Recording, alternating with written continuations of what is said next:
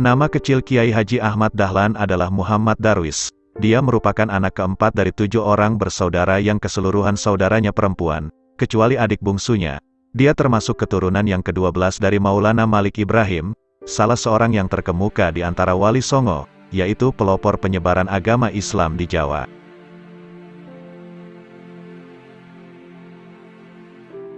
Silsilahnya tersebut ialah Maulana Malik Ibrahim, Maulana Ishak, Maulana Ainul Yakin, Maulana Muhammad Fatlullah, Sunan Prapen, Maulana Sulaiman Ki Ageng Gribik, Jatinom, Demang Jurung Juru Sapisan, Demang Jurung Juru Kapindo, Kiai Ilyas, Kiai Murtado, Kiai Haji Muhammad Sulaiman, Kiai Haji Abu Bakar, dan Muhammad Darwis atau Ahmad Dahlan.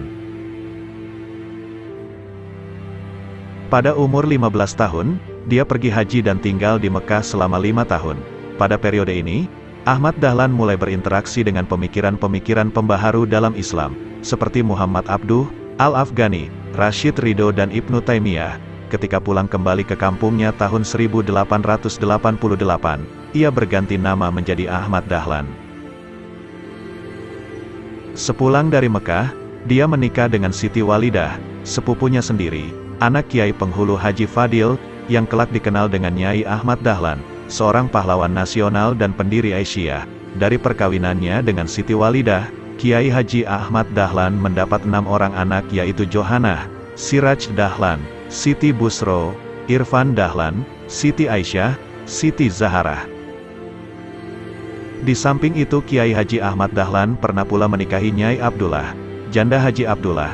Dia juga pernah menikahi Nyai Rum, adik Kiai Munawir Krapyak. Kiai Haji Ahmad Dahlan juga mempunyai putra dari perkawinannya dengan Nyai Aisyah, adik ajengan Penghulu, Cianjur yang bernama Dandana. Dia pernah pula menikah dengan Nyai Yasin Pakualaman Yogyakarta. Di samping aktif dalam menggulirkan gagasannya tentang gerakan dakwah Muhammadiyah, ia juga dikenal sebagai seorang wirausahawan yang cukup berhasil dengan berdagang batik yang saat itu merupakan profesi wira swasta yang cukup menggejala di masyarakat. Sebagai seorang yang aktif dalam kegiatan bermasyarakat dan mempunyai gagasan-gagasan cemerlang, Dahlan juga dengan mudah diterima dan dihormati di tengah kalangan masyarakat, sehingga dia juga dengan cepat mendapatkan tempat di organisasi Jamiatul Khoir, Budi Utomo, Syarikat Islam dan Komite Pembela Kanjeng Nabi Muhammad. Pada tahun 1912, Ahmad Dahlan pun mendirikan organisasi Muhammadiyah untuk melaksanakan cita-cita pembaruan Islam di bumi Nusantara. Ahmad Dahlan ingin mengadakan suatu pembaruan dalam cara berpikir dan beramal menurut tuntunan agama Islam. Dia ingin mengajak umat Islam Indonesia untuk kembali hidup menurut tuntunan Al-Quran dan Al-Hadis. Perkumpulan ini berdiri bertepatan pada tanggal 18 November tahun 1912, dan sejak awal Dahlan telah menetapkan bahwa Muhammadiyah bukan organisasi politik tetapi bersifat sosial dan bergerak di bidang pendidikan. Pada tanggal 20 Desember tahun 1912, Ahmad Dahlan mengajukan permohonan kepada pemerintah Hindia Belanda untuk mendapatkan badan hukum. Permohonan itu baru dikabulkan pada tahun 1914, dengan surat ketetapan pemerintah nomor 81 tanggal 22 Agustus tahun 1914. Izin itu hanya berlaku untuk daerah Yogyakarta dan organisasi ini hanya boleh bergerak di daerah Yogyakarta. Dari pemerintah Hindia Belanda timbul kekhawatiran akan perkembangan organisasi ini. Maka dari itu kegiatannya dibatasi. Walaupun Muhammadiyah dibatasi, tetapi di daerah lain seperti Serandakan, Wonosari, Imogiri dan lain telah berdiri cabang Muhammadiyah. Hal ini jelas bertentangan dengan keinginan pemerintah Hindia Belanda.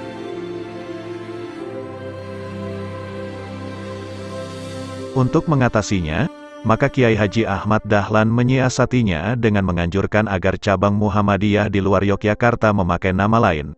Misalnya Nurul Islam di Pekalongan, Al-Munir di Ujung Pandang, Ahmadiyah di Garut. Sedangkan di Solo berdiri Perkumpulan Sidik Amanat Tablik Fatonah, SATF, yang mendapat pimpinan dari cabang Muhammadiyah. Bahkan dalam kota Yogyakarta sendiri ia menganjurkan adanya jamaah dan perkumpulan untuk mengadakan pengajian dan menjalankan kepentingan Islam.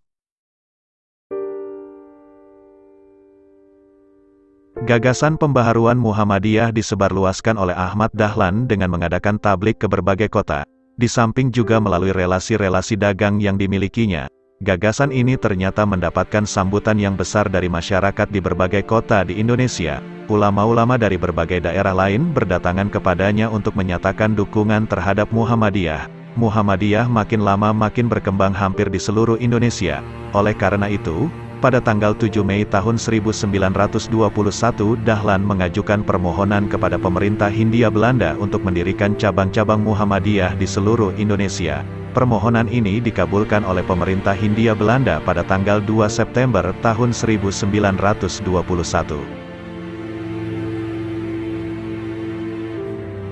Suatu siang di tahun 1921, Kiai Ahmad Dahlan memukul kentongan mengundang penduduk Kauman, Yogyakarta, ke rumahnya. Penduduk Kauman berduyun-duyun ke rumahnya. Setelah banyak orang berkumpul di rumahnya, Kiai Haji Ahmad Dahlan berpidato yang isinya menyatakan bahwa kas Muhammadiyah kosong, sementara guru-guru Muhammadiyah belum digaji. Muhammadiyah memerlukan uang kira-kira 500 gulden untuk menggaji guru, karyawan dan membiayai sekolah MD. Karena itu Kiai Haji Ahmad Dahlan menyatakan melelang seluruh barang-barang yang ada di rumahnya. Pakaian, almari, meja kursi, tempat tidur, jam dinding, jam berdiri, lampu, dan lain-lain. Dalam waktu singkat semua barang milik Kiai Haji Ahmad Dahlan habis terlelang dan terkumpul uang lebih dari 4.000 gulden. Anehnya, setelah selesai lelangan itu tidak ada seorang pun yang membawa barang-barang Kiai Haji Ahmad Dahlan. Mereka lalu sama pamit mau pulang. Tentu saja Kiai Haji Ahmad Dahlan heran, mengapa mereka tidak mau membawa barang-barang yang sudah dilelang. Kiai Haji Ahmad Dahlan berseru, "Saudara-saudara, silahkan barang-barang yang sudah sampeyan lelang itu saudara bawa pulang, atau nanti saya antar." Jawab mereka, "Tidak usah Kiai, barang-barang itu biar di sini saja, kami kembalikan pada Kiai." "Lalu uang yang terkumpul ini bagaimana?" tanya Kiai Haji Ahmad Dahlan. "Ya untuk Muhammadiyah, kan Kiai tadi mengatakan Muhammadiyah perlu dana untuk menggaji guru, karyawan dan membiayai sekolahnya," kata salah seorang dari mereka. "Ya, tapi kebutuhan Muhammadiyah hanya sekitar 500 gulden, ini dana yang terkumpul lebih dari 4.000 gulden. Lalu sisanya bagaimana?" tanya Kiai Haji Ahmad Dahlan. Jawab orang itu, "Ya biar dimasukkan saja ke kas Muhammadiyah." Jumlah anggota Muhammadiyah sekarang tembus di atas 50 juta orang. Sementara, jumlah TKTPQ Muhammadiyah sebanyak 4.623. Jumlah data SDMI 2.604, jumlah SMP, MTS 1.772, jumlah SMA MA SMK 1.143, jumlah perguruan tinggi Muhammadiyah 172, dan jumlah pesantren Muhammadiyah sebanyak 340. Adapun jumlah rumah sakit umum dan bersalin Muhammadiyah atau Aisyah yang terdata sejumlah 400. Selain itu ada juga sejumlah balai kesehatan ibu dan anak, balai kesehatan masyarakat, balai pengobatan, dan apotek yang tersebar di seluruh tanah air.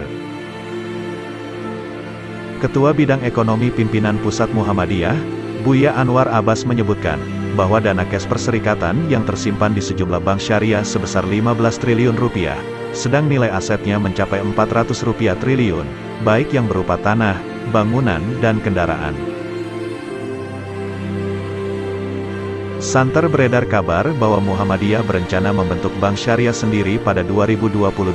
Menurut informasi yang sempat beredar disebutkan bahwa rencana itu akan dibawa ke Muktamar Muhammadiyah pada tahun depan.